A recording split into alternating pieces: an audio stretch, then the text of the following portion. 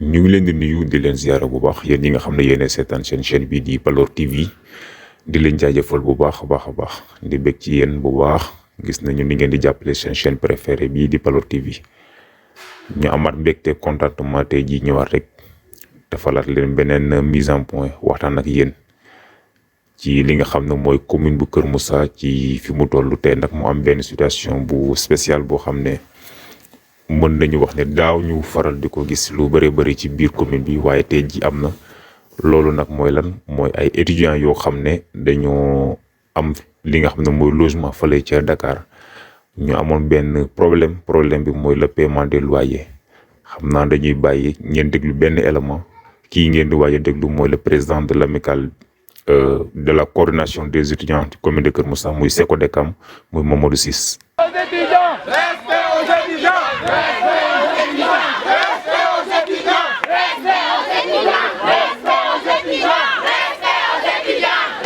gën kaa xamee MPC donc comme ni ma ko waxee ci kàllaamay nasaraan xam naa am fit nag weesuwut ñëw dëkk bu dool ni Kër Moussa di fi làkk wolof ndonte séeréer lañ dégguñu wolof mais nañ ko jéem a tënk rek xamal leen ne ñun li tax ñun ñu ñëw fii mooy que ne étudiants yi dañ leen a génnee pour lan ndaxte fayatuñu suñu loyer bi nga xam ne moom la maire jëloon pour étudiants yi te loolu du benn yoon du ñaari yoon ndax dañ naan xel bu dal mooy jàng étudiants yi ku xamul woon kan lan mooy UIC ku xamul woon luy ordonnance d'expulsion ku xamul woon luy mise en demeure xam na ko depuis 2019 ak léegi liñ ci jot xajul fii ci ay këyit bu doon pour boyal mën nañ fi taal fii yëpp chaque jour ñu ngi fëgg suñuy porte dañ leen di génnee récemment génnee nañu presque génne woon nañu man maa woo UIC ne ko y a beaucoup d'étudiants qui ne sont pas là-bas may ñu concerté wu ak les autorités ma envoyé leen ko mais par la suite je vous rappelle que par la suite 2 jours avant élection yi ñu weesu jeudi ak vendredi samedi doxoon ci diggante bi dimanche élection locale yi jógee nañ fii le directeur de cabinet du maire mu dem ba agence immobilière ba pour liñ leen yore loon ñu fay ko parce que jotoon nañu mise en demeure ordonnance d'expulsion et tout agence ba lan lañ leen wax ñii ma àndal nii luñ ma bàyyi ma fen xaalis baa ngi nii yéen a ñu ko yoreel moom rek a demoon yéen a ñu ko yoreel jël leen ngeen wërali seen étudiant feneen fu ñu dëkk ndax ñun sonn nañu ci la ñu ñëwee ñu gis ma àndaat ak ñoom pour ñu négocier ba ñu demee ci négociation ñu ne ñu dinañ leen accepter ngeen fay ci kaw ngeen fay li nga xam ne moom ngeen ñu yoreel bu ngeen ko fayee ba noppi li ñuy convenir ak yéen mooy que ne le 5 au plus tard le 10 ngeen fay mu d'accord ci loolu pour vous dire que nii indemnité d'occupation lañ fa am waa diggante boobu ak léegi ñu doxaat ba amelaat leen 2 mois ci kaw négociation yooyu noonu ñu amelaat leen encore 2 mois récemment ñu envoyé waat ñu mise en demeure pour wane ñu ne dinañu exécuter ordonnance d'expulsion bi ñu génnee étudiants yi dans un bref délai mise en demeure bi jeex na démb envoyé naa ko autorités yi fi nekk yëpp ba ci maire ci boppam envoyé naa ko mu accusé réception envoyé naa ko ñëpp mais à ma grande surprise agent immobilier bi si matin la ma woon ne ma sa gars yi kenn waxuma ci dara lu ci jëm ñun nag sonn nañu ci naxee mbaay yi te yéen élèves yi ci ngeen bokk parce que suba ñu ngi leen di ñaanal ngeen nekk étudiant te ñun li ñu dund ñaanuñu yàlla ngeen dund ko bari na ñoo xam ne abandonné nañu te ba léegi nii mënuñoo continuer seen étude ba amuñu fañ la ñuy loger appartement biñ ñu jëlul ñeenti néeg la ñeenti néeg yi néeg bu nekk ñaar fukki étudiant ak lu topp mairie bi dem nañ ba foofu noonu ñu won leen néeg bu nekk ak condition yi nga xam ne étudiants yi moom la ñuy dund surtout ci feebaru mbas mu bari bii nii ñeen fukki nit ci benn néeg est-ce que loolu jaadu na. mais am na ñuy wax ne am na ci yéen ñoo xam ne dañ faa nekk te duñu ay étudiants looy tontu ci loolu. ay doomu fal lañu doomu Kër Moussa xam nga lu leen fa bàyyi pour wax leen ne nous avons de l'or entre nos mains appartement bi ñu nekk tey bu ñu xoolee ba ñu ñàkk ko. bu ñu xoolee ba ñu ñàkk ndax bañ ñu diggee ne dinañ ñu wutal ñaareelu appartement war nañu ñetti mois bañ nekk leen fii bañ ñu ne ma leeral foofu diggante ñett beeg ñaar bañ ñu leeralee ñun waa coordination de la commune de Kër Moussa Seko Dekam dinañ ñu wutal beneen appartement ñun def nañu ñetti weer pour trouver appartement mais gisuñu appartement kenn ki ñu fa logé nii dafa nekk en formation ndax doomu Kër Moussa la dafa wër néeg chambre la wër ba sonn moo tax ñu logé ko fa amul kenn ku fa yeewoo koo xam ne du étudiant bu fi amee ngeen wax ma ko amul. étudiants yi seen 3000 francs yi par weer ci la ñuy fayee étudiants yi feebar ñaata yoon la ñuy yóbbu nit hôpitalu Grand Dakar étudiants yi la ñu gën a xàmmee. très bien mu ngi noonu ci la bokk étudiants yi hôpital loolu kan moo ñu koy jox suñu bopp 3000 ñooy fayal suñu bopp ndox ñooy fayal suñu bopp courant recherche yi étudiants yi di defee ci wifi bi ñoom ñoo koy fayal seen bopp. eau de javel bi gën a tuuti étudiants yi ñoo koy jënd lal yi nga xam ne étudiants yi fa la ñuy tëdd lal yi nga xam ne fa la ñuy tëdd mel ni sardine dem na ba sardine lañ koy tuddee ñoo ko jënd maa ci àndaloon ak président commission sociale bi ñu jënd lal yi bu ci nekk 55000 étudiants yi deewuñu waa léegi ñun nan la ñu mën a contribuer ci développement éducation ci commune bi ku amul loo photocopier benn document nga xam ne parfois nga gis benn étudiant boo xam ne dina def 3 mois yoo xam ne du mën a génnee 3000 fay ko ñun sonn nañu kon li ñu bëgg mooy ñu taxawuñu am na loo xam ne dootuñu ko nangooti dootuñu nangu ñu ñuy jox ay naxee mbaay ñu koy wannu di bëgg a dee dootuñu nangu étudiants yi ñu leen di nax dañ ne budget bi éducation ci la bokk ñun buñ ñu génnee ci éducation lan moo ciy des suñu rakk yii di ñu seetaan bu ñu gisee ne étudiant bu dem dellu est-ce que dinañ am courage su continuer seen école kon loolu ci tënk loolu la ñu amoon moo nu metti moo tax ñun ñu ñëw fii wane suñu naqar. merci beaucoup yaa ngi door a wax léegi nii dañ leen jox mise en demeure pour 48 heures. wax ngeen di fekk ay diir bu gàtt bu ngeen fayal dañ leen di génne. lan ngeen jàpp ne concrètement moo mën a régler problème bi fi ngeen toll. li ñu jàpp ne moo mën a régler problème bi c'est simple mooy ku ñu jox mise en demeure ne la da ngaa war a génn samedi lu la war leneen lu dul nga jóg nga dem ci agence ba ngeen négocier nga fay li nga leen yoreel ngeen teguwaat ci yeneen engagement yoo xam ne yooyu respecté la parce que samedi la ñu war a génnee diggante samedi ak léegi négociation xaj na fa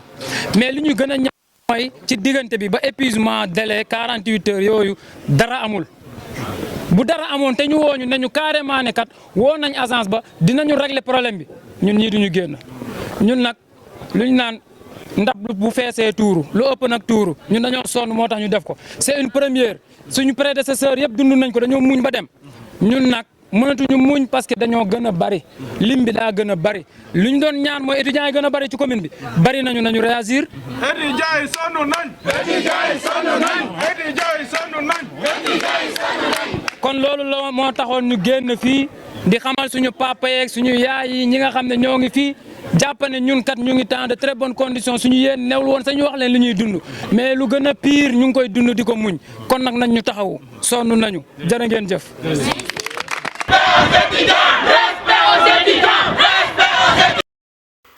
voilà mu ngi noonu kooku mooy ki nga xam ne mooy Mamadou Ciss ñenn ñi di ko wax Papa Ciss mooy le président du SECODECAM ginnaaw bu mu yëkkatee kàddu yooyu am na keneen ku yëkkati kàddu muy Pape Dieng actuellement mooy le président de la commission jeunesse sport et culture moom actuellement mu ngi ci biir mairie bi équipe municipale bi fa nekk ñu fàttali ne Pape Dieng mii aussi c'est un ancien de ce mouvement là muy SECODECAM. man maa ko démarché 2 mois parce que fekk njëkkoon nañ nekk feneen foofu borom kër gi ne dafa bëgg a tabaxaat këram léegi nañ ko may ñu délai 6 mois ñu di ko wër ñuy wër appartement à Dakar mënuñu ko am boobu man maa doon xëy suspendre samay études 2 mois jànguma saa bu ma xëyee di ci nekk di dem Papa Ciss mii di président bi tey jii bi ñuy def suñu journée bi tey bañ tuddee sama tur da doon tàcc ndax xam coono bu ma sa dajoon kon tey jii ñun tey jekk na tey ñu leeral askan wi lan moo xew dëgg-dëgg appartement boobu nag lan moo ci am mooy que ni ñaari appartement la mu nekk Grand Dakar si sama tur la nekkoon man maa ko jëloon facture ndox yi boo demee sama tur Samba Gueye Dieng nga ciy fekk ñu di ko fay bu njëkkoon ñu ngi ko doon fay maire day jël si loxam trésor génn ñu dem fay ji ñuy dem ba ci biir ak problème Khalifa Sall bi mu amee mairie Dakar ñu ne léegi loolu payeur yi loolu dootuñu ko defar dootuñu jël xaalis comptant di ko jox ñu ne il faut que amical bi am récépissé Mamadou Ndiaye Lootu mu ngi nii moom moo ñu utaloon récépissé si yi ñu doon def agence foraine fii si commune ñu am récépissé association bi sama tur moo ci nekk Samba Gueye Dieng moo ci nekk en tant que président donc mu nekk loo xamante ni lu kenn mënul nattable léegi ñu continuer ci loolu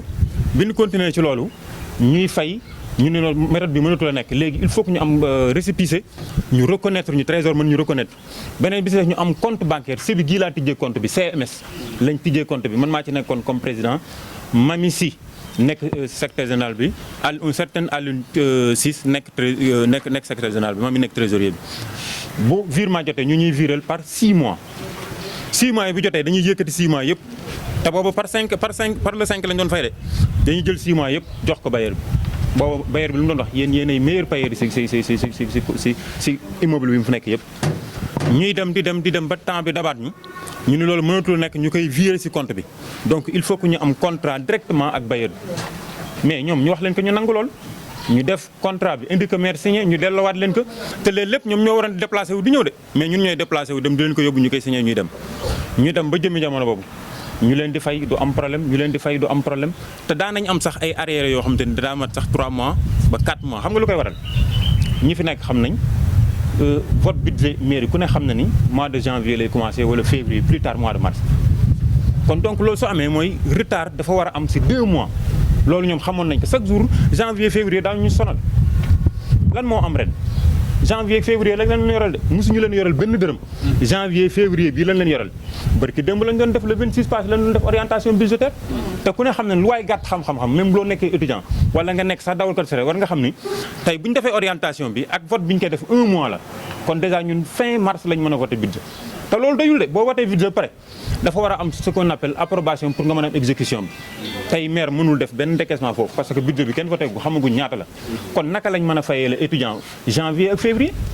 donc loolu ñoom en personne waroon nañ mën a wax loolu bailleur bi beneen bi ci topp mooy ñun maire dañ ko war a sant nga xam lu ma tax man li ma wax dama ko xam gis nga koor su jotee koor laa la wax maire dafay yëkkati ceeb diwlin jox ko étudiants yi pour ñu nekk foofu di fa ndogoo te mu nekk lu am solo loo xam te ñëpp war nañ ko xam beneen bi ci topp dañuy wax ni dañ leen a war a fayal ay frais médicaux mais loolu fan la damay laaj si réew mi ban commune nga gis mu ne étudiants ya fa nekk fa ñuy jàngee Dakar kenn ku si nekk dama lay fayal te nag bu ñu fàtte ni ñu nekk nañu étudiant tey étudiant bu feebaree am na biir campus centre médical boo xam te ni yow soo demee ticket bi 75 francs nga koy jënd ba ma fay nekk 75 francs booy fay dañ lay def si réduction boo xam te ni tey di nga faju si valeur boo xam te war na mat 50 000 te du mat sax du egg sax 7 500 kon donc damay laaj ñooñu ñëpp xam ne te waajur yi dañu war a xam ni lii maire def nii bokkul ci compétence am su ko neexoon mu ni man pare naa ci fayal étudiants yi te amul lenn lu ko ciy fekk te lu may wax bu dul dëgg ñi fi nekk ay conseil nañ ko wax bokkul ci compétence am ma ni ay la yëwén nag gis nga nit su fekkee nag da lay defal te li mu lay defal xamoo ko li ñuy wax rek am ka ta xamoo ko ñàkk ka ta xam ko sax moo gën li may leeral foofu leen rek la gis nga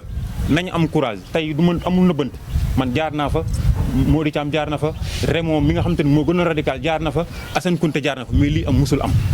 tey tout à l'heure le président a dit que ni benn appartement lañu loolu c'est honte loolu waru ko wax ñaari appartement lañ loolu ñëpp xam nañ te nag bu leen fàtte ne du ñoom ñii rek ñoo am appartement de AEP muy amicale des élèves et étudiants Palor mooy les sœurs Palor am nañ étudiant foofu am nañ fa 2 appartements comme ñoom mais mosuñu am problème boobu parce que seen bailleur bi day fay quitus fiscal am à temps ñu leen verser la à temps ñoom ñoo am problème ñoom agence mais du mairie moo am problème kon donc loolu dafa jàddu nit ñi xam ko lii nag jàngat la lu am nag dañ si am jàngat man li am jàngat dama koy wax muy c'est purement politique man je connais li may wax ni jaar naa amical nekk fa président te kenn mësuma gis may politique te pourtant am na fu ma foroon mais kenn mësuma gis may def politique mais li am nii nañ ko wax te dee mooy politique moo rax ci biir bu fekkee nag li ñuy wax rek taal bu teew tàkk fu ne nga koy wute bu fekkee saa boo demee élection boo ñëwee ñu duma la da ngay dem ut ñoom monté mais loolu ça ne passera pas mënul jàll parce que ñun suñuy morom ñun ñoo fa nekk beneen bi ci topp mooy ñun jaar nañ fa def fa sacrifice bu bëri nekk fa président mënuñu faa wax lu ñu xamul moom président bi maa ko gën a maîtriser foofu A ba Z parce que man 2010 ba fi may waxee yow nii maa ngi fa te bi ñu nekkatuñu étudiant donte ñu ngi nekk étudiant di jàng si beneen domaine mais tey musuñu leen a bàyyi Ahmed mu ngi nii Ibrahima mu ngi nii keroog bi ma demee si bailleur bi dama xuloo ak ñoom ba génn ni leen li ngeen def tegoo leen ko fenn parce que tamit kóllëre dafa am solo ñun 2014 ba léegi ñu ngi ak yéen kon tey bu ñu amee benn retard bu nekk war ngeen ñoo ko mën a muñal te xam ngeen système bi ni muy demee kon donc ku lay xeexal te yow fekkee woo ko yaakaar naa ne le président en tant que moom waroon na mën a am sax audace au moins mu ne président Dieng yow ñun ñu fi nekkoon président yëpp ay président d'honneur la mu yëgal ñu sax ne day def benn point de presse ñu mën a xam ce qui se passe. kooku mooy ki nga xam ne mooy Pape Dieng kàddu yooyu la yëkkati li nga xam ne moo aju ci problème bi daañ leen dett léegi ki nga xam ne mooy Issa Diouf mooy le chargé de l'éducation au niveau de la commune mu yor ko lu yàgg-yàgg aussi ngeen teewlu ko xam déglu ko aussi moom tamit bonne version lay andi par rapport ak problème bi. Et de la formation professionnelle à la mairie de Kër Moussa. D'abord damay njëkk a nuyu ñëpp nuyu communauté Kër Moussa yëpp man ma présenté wu man maay Issa Diouf man maay président chargé de la commission éducation de l'alphabétisation. vérité bi fan la féete ndax ñëpp xam nañu ne ñi ñëwoon fii tey monsieur le maire ñoom la njëkk a jël logement depuis 2009 Dakar. depuis 2009 ba 2022 at bi ñu nekk ni problème mosu ci am nit ñi mosuñu leen dégg ci lenn ça signifie que paiement yi mosul am problème ni ñu ko doon fayee normal la te loolu bi ñu ko doon def dafa am benn protocole d'accord boo xam ne ñoom dañ ko signé woon ak mairie bi protocole d'accord bi mooy contrat de location bi ñoom bi ñu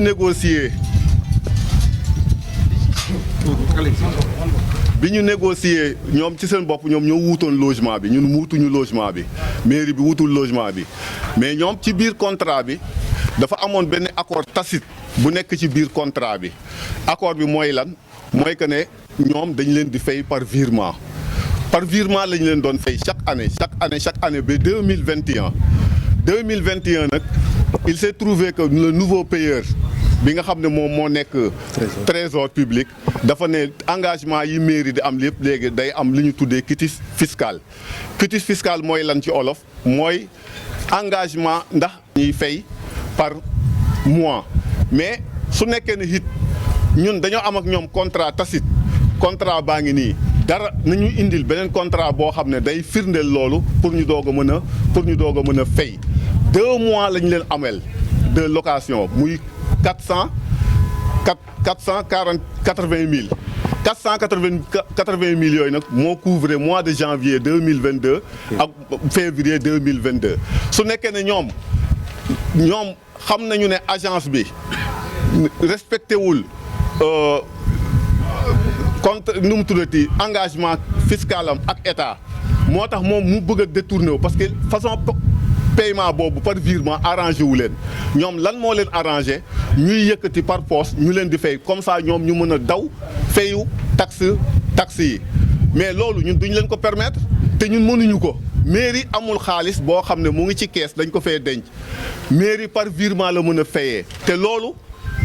moom lañ leen doon fayee moom la ñuy fayee logement waa AEP moom la ñuy fayee ak waa Ziguinchor ñun amuñu xaalis fii nga xam ne ñoom à tout moment dañ leen gën ñoom loolu la leen arrangé ñoom nag ñu monter étudiants yi suñu kaw pour étudiants yi nag ñoo waroon am mët responsabilité bu mët sëkk dem toog wax ak ñoom pour que loolu mën a bañ a am pour que logement bi ñu bañ ko mën a perte te loolu su amee itam ñoom dañuy dimbale parce que ñoom ñoo fa toogal mairie ci mairie bi la ñu bokk comme ñun nu ñu nekkee ci mairie bi je pense que mais toog fii ñëw fii di def point de presse bi mooy que ne ñoom agence bi na li mu warloo ak waa trésor na ko fay ñoom ñu indil ñu quitus fiscal bu valable ñun ñu mën leen virer seen xaalis. lii moo nekkoon problème. Merci beaucoup président. gannaaw suba dinañu wax gannaaw suba dañ leen nar a génne foofu ban pexe ngeen war a lan leen pour li génne pour sauver leen situation bi ñu nekk. waaw problème bi ñu war a lal mooy que ne ñoom ñoo waroon dem agence ba bës leen pour que ñoom ñu nekk en règle pour ñu mën a am quitus fiscal ñu mën leen virer seen xaalis mais xaalis boobu su naree génn tey ñun est-ce que trésor moo ñu koy jox loxo ak loxo ñu indi ko wala maire moo koy génne wala ñun ñoo koy génne loxo ak loxo ñun su nekkee ñoom dañu ne alalu askan bi la ñuy gérer alalu askan bi trésor la nekk newu fi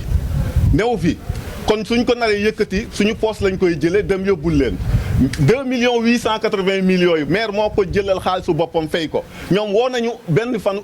sant maire gërëm maire musul am te pourtant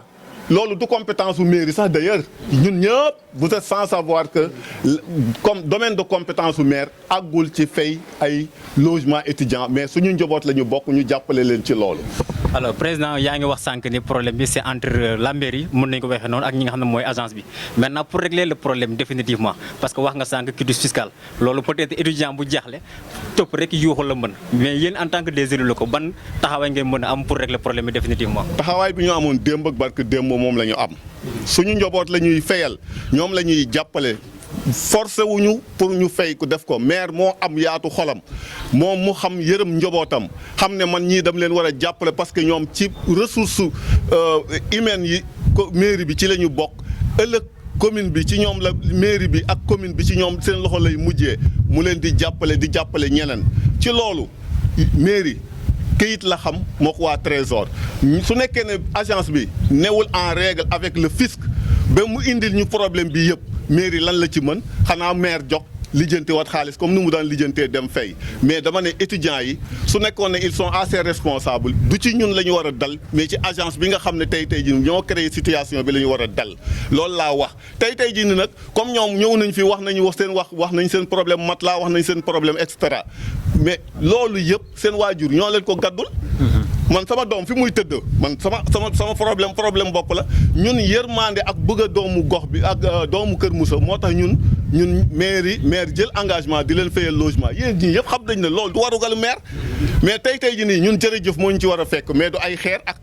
ay salne ak ay brassard rouge nañ waxante dëgg ñun ñëpp jaar nañ ci jàng man bi ma nekkee Dakar di jàng mais communauté rurale Kër Moussa à ce moment là dafa xamoon fu may tëdd dafa xam sama papa moo ma doon fayal location moo ma doon jëndal ay la mais tey yi nii daal li olof jaay naan fu sëgg yombee fu for yombee sëgg jafe loolu moo ñu dal ñoom am nañu ku leen dimbale yoo yaay ba mën a dem taxaw di yuuxu mais je pense que loolu war du fii mooy place yuuxukaay bi ci agence bi la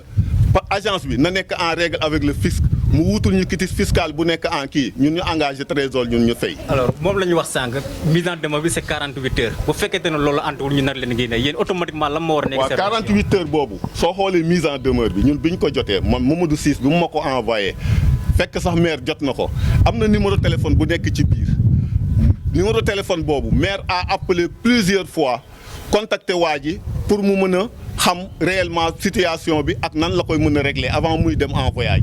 mais sonul man personnellement maa jógee Tuuli dem kër maire maak moom ñu bokk ci waxtaan moom mu ne ma wool Mamadou Ciss su nekk am na beneen numéro bu mu ma mën a jox mu envoyé ma un numéro d'un certain Saré ma envoyé ko maire pour mu mën koo jot malheureusement nag maire est en voyage pour mu mën a kii mais ñun nous sommes ouverts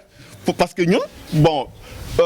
toog di régler problème askan bi moo ñu fi bàyyi loolu moo tax ñun ñu toog fi te loolu moo taxoon ñu dem ci nit ñi aussi ñu wax leen ko pour ñoom ñu fal te ñun je pense que depuis 2009 ba tey loolu ñaata année la je pense que ça 13 ans logement bi musul am problème location dañu leen doon fay normalement problème su amee tey ñun ñëpp dañoo war a gëstu lan mooy problème bi indi jafe-jafe bii mais ñun du question ñàkk yéene leen jàppale du question leneen ak leneen mais problème bi li ma leen di wax kii bi moo tax moom moo ko indi. Merci beaucoup.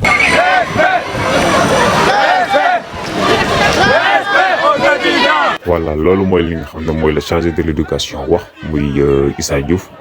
wax nañ ko sànq mu nekk koo xam ne yàgg na yor li nga xam ne mooy commission éducation au niveau de la mairie de Kër Moussa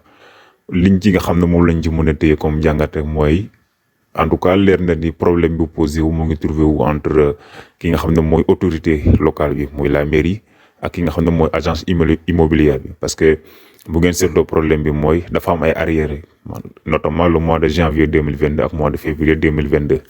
loolu mooy li nga xam ne mooy situation bi problème bi dëgg-dëgg mooy dafa am ay arriérés yoo xam ne mairie bi fayu ko maintenant lan moo tax mairie bu fayu ko nag loolu mooy problème bi selon li nga xam ne moom la autorité yi waxee gis ngeen ni dañu évoquer le problème de fiscalité bu bailleur bi bu fekkente ni bailleur bi dafa am ay problème avec le fisc est-ce que loolu mën na tere virement mën a am alors loolu mooy question bi nga xam ne moo mën a posé wu pour que nit ñi comprendre pourquoi ñi nga xam ne moo autorités yi ñu bañ verser par liquide maanaam compte xaalis xobet dégg nga Issa Diouf wax ni loolu nekk na mbir boo xam ne yoruñu ko mu nekk loo xam ne mu ngi ci seen poche loolu muy problème boo xam ne problème bu fi nekk la comment régler ce problème bi yëpp mooy ban solution la ñu mën a am ba régler li nga xam ne mooy problème bi wante est-ce que 2 mois kese waral ñu def mise en demeure bi jox ko ñi nga xam ne mooy étudiant bi notamment Mamadou Ciss muy le président du mouvement est-ce que dafa nekk benn yoon bi boo seetloo ci biir wax ñi wax nañ ni c'est la première fois ñu am ñoom problème mais en tout cas mise en demeure bi nga xam ne moom la presse bi jot ñu publier ko boo seetloo ci 2e paragraphe ñu ngi bind or nous constatons qu'à ce jour et en dépit de nos relances répétées vous nous êtes toujours redevable de la somme indiquée ci-dessus maanaam 480 000 yooyu ñu wax ne moom la mairie bi amal li nga xam ne mooy agence bi dafa mel ni c'est pas la première fois alors c'est pas la première fois ñëw na de façon répétée peut-être daan na am ñu négocier ko à l'amiable mu réglé waat mu nekk problème boo xam ne dafay continuer moo tax mu nekk ni problème bi nekk problème bu sérieux alors situation bi yëpp nag objectif bi nga xam ne moo waral presse di ci intervenir comment faire pour trouver la solution mooy mise en demeure de 48 heures lañ jox étudiants yi leen nay am ndax autorités yi dañuy virer malgré que li nga xam ne mooy agence bi am nañu recette am nañu problème de fiscalité